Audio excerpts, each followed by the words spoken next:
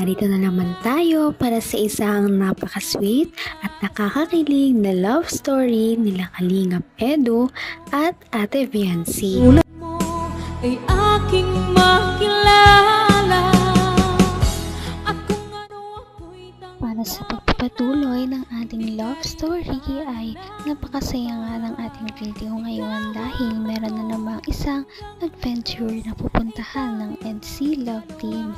Ngayon lamang nila ito gagawin bilang isang mag-love team, kaya naman sana ito ay inyong abangan. Dito nga sinundo na ni Kalingap Edu si Ate Viancy dahil sila ay nag-meet up lamang sa harap ng mall. At pagkakita nga ni Kalingap Edu kay Ate Viancy ay sobrang nabighani talaga siya sa kagandahan nito. Talagang nakaporma siya ngayon at kitang-kita naman na kahit simple lamang ang kanyang pananamit, sobrang ganda pa rin talaga ni Ate Viancy. Kaya ano kaya ang mangyayari sa kanilang amusement park date?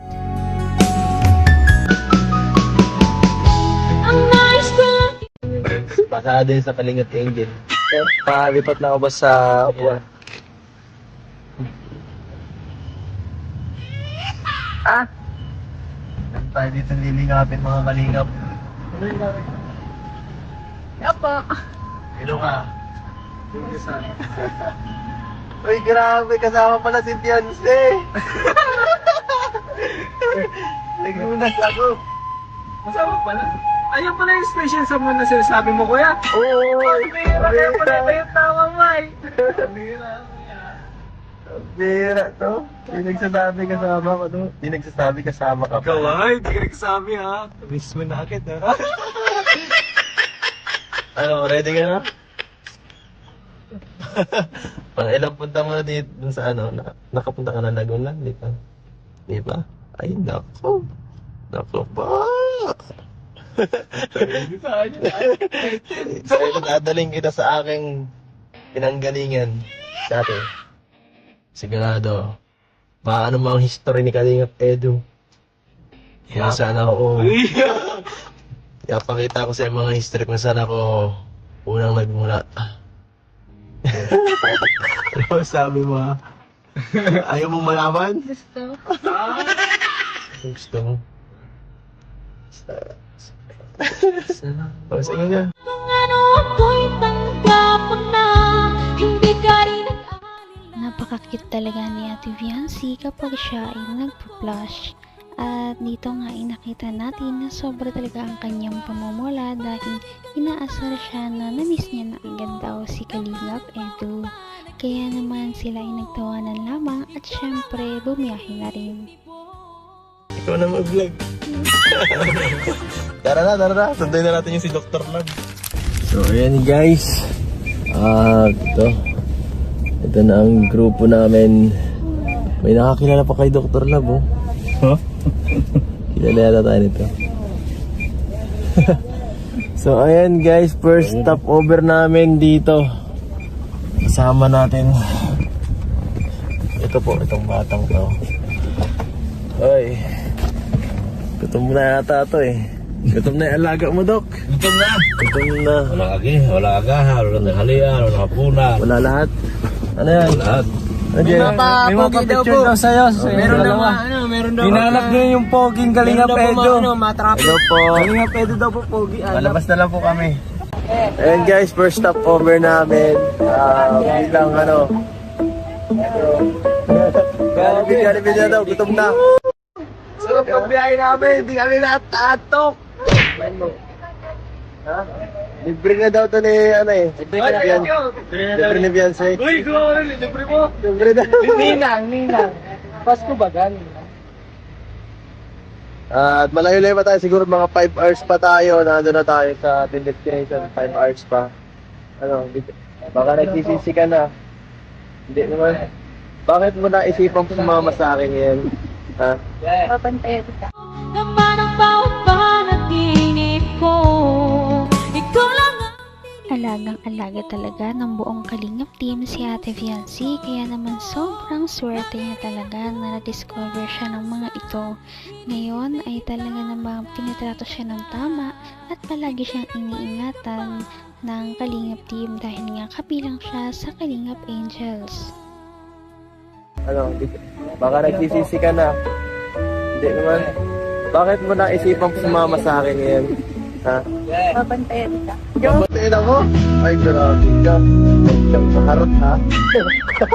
Joke lang. So, ayun po. Makain muna kami kasi gutom na eh. Gutom na daw siya. Gutom ka na? Mahilig po yan sa Jollibee. Opo, paborito niya yan eh. Kaya dito po kami nag-stop over. Actually po, kasabayan na sana namin sila Kuya Bal. Di ko alam kung nasa na sila. Kasabayan dapat namin. Baka nauna na sila. Sana magkakita kami. Susunod na stopover. Tara po, kain na tayo. Let's go! Ayun po, ilang oras na lang po. Siguro mga 4 na oras na lang. Or 3. Nandun na kami sa destination. At ito guys, pagod na ang iba nating mga kasamahan. Tulog na yung iba guys. Silensi lang. Wala po, joke lang. Tulog na yung iba guys. Joke po, si Blackjack. Ano Jay? Okay lang dyan? Ha? Okay lang. Kanina naglip ang konti, bigat sa mata. Kalyada. Tara guys, gisingin na lang natin mamaya. Hanggang wakas ay tayo ng dalawa. Palagi kang naman ang isip ko. Hindi lamang si Kalingap Edu ang bumabanat sa kanilang love team. Ngayon ay natututo na rin talaga si Fiancé na bumanat na rin kay Kalingap Edu dahil sinabi niya na kaya lamang daw siya sumama sa outing na yun dahil para bantayan si Kalingap Edu. Diyan, kinilig naman si Kalingap. Ang mga kinidnap ni Dr. Love. Safe naman po kami, no? At ito po, gabi na. Nakarating din kami sa aming destination after 10 hours ng biyahe. Tagal ano, bro? Isang araw. Isang araw. Kala ko mabilis lang din eh. So, Boring na po yung nasa likod. boring ka na? Naglulula na po ang Blackjack. Hindi pa Ay, po. Wesley, Black Lady. Ikaw, ha? Kumusta ka? Hindi ko na po nararamdaman yung Ang sakit na sa ano? Ay, ano? Ay, mga expectation mo dito sa pagpunta natin sa pagsama sa akin, ha? Sa biyaheng ito. ibabaan mo sa akin yung yung dating trabaho, sabi mo. Saka, Di ba sabi mo dito ka dati nagtrabaho. yes, naalala mo pa? Sige. Papakita ko sa'yo ang aking mga tinatambayan, aking trabaho. Mga favorite spot ko dito. Papasyal kita dahil siyempre hindi tayo natuloy sa ating anniversary sa Hong Kong, sa Singapore. Dito na lang tayo mag-date.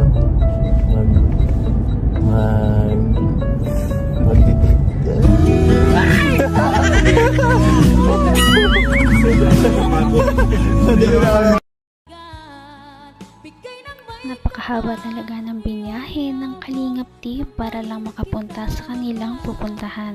Kaya naman ito ay siguro magiging worth it talaga dahil sa ganda ng kanilang pupuntahan. Kaya yan ang inyong aabangan sa aming susunod na mga video. Marami pa ang mga kilig moments na mangyayari. Napaka-sweet talaga nila at napakabait ng tambalang ito kaya maraming sumusuporta. Kaya naman sana ipatuloy natin silang suportahan at mahalin si Fiancé, si Kalingap Edu at ang Kalingap team. Yun lamang at maraming salamat sa panonood. Abangan natin kung magkakatuluyan ba talaga si Kalingap Edu at Fiancé. Hanggang sa muli. Bye! Ngayon'y abot